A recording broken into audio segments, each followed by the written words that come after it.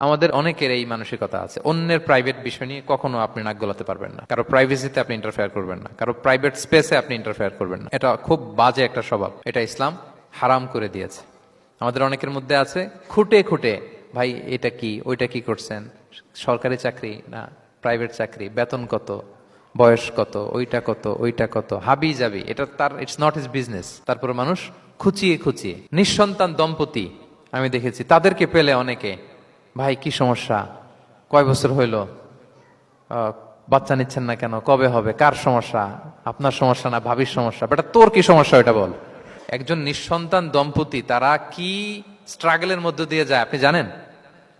এটা তার জন্য পরীক্ষা। ওই পরীক্ষার মধ্যে আপনি খুঁচিয়ে খুঁচিয়ে, মানে সে kind of he is a gynaecologist, treatment দিচ্ছে, ভাই কি হয়েছে এইটা ওইটা, তাদেরকে বিব্রত করা একটা পরিস্থিতিতে ফেলা, এম্বারাসিং একটা সিচুয়েশনে ফেলা, এটা হারাম। এই ম্যানার গুলো ইসলাম আমাদেরকে ধরে ধরে শেখায় যে এটা তোমার বিজনেস না, তুমি খুঁচিয়ে খুঁচিয়ে মানুষের ব্যক্তিগত বিষয় যেটাতে সে বিব্রত বোধ করে, এগুলো তুমি জিজ্ঞেস করতে পারো না।